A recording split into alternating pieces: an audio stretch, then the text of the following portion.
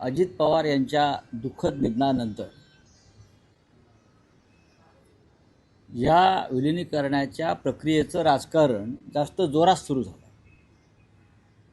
विशेषतः अजित पवार गटाकडून, ज्यांना शरद पवारांनी राजकारणात आणलं, पद आणि प्रतिष्ठा दिली, ताकद दिली, ते आता शरद पवार यांनी काय करावं आणि काय करू नये असे सल्ले देत आहेत.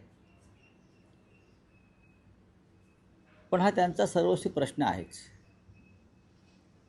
आता शरद पवार साहेब आणि अजित पवार गटाच्या नवीन नेत्यांमध्ये काय चर्चा होणार किंवा झाली ह्याच्याविषयी आम्हाला काही घेणं देणं नाही आहे.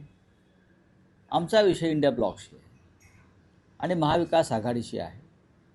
या क्षणापर्यंत माननीय शरद पवार आणि त्यांचा पक्ष राष्ट्रवादी काँग्रेस हा इंडिया ब्लॉक आणि महाविकास आघाडीचा सदस्य आहे. आम्ही आमचा संबंध ह्या विषयापुरताच आहे. आता ते जे काय पतंग उडवले जात आहेत विलिनीकरणाचे, एक गट म्हणतो चर्चा झाली, एक गट म्हणतो चर्चा झाली नाही. विश्वास कोणावर ठेवायचा?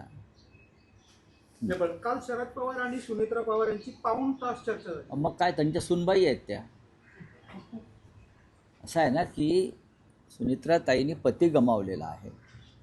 शरद पवारांनी फक्त पुतण्या नाही तर त्यांचा मुलासारखे असलेले अजित पवारांना गमावलेला आहे. मी पुतण्या असलं तरी.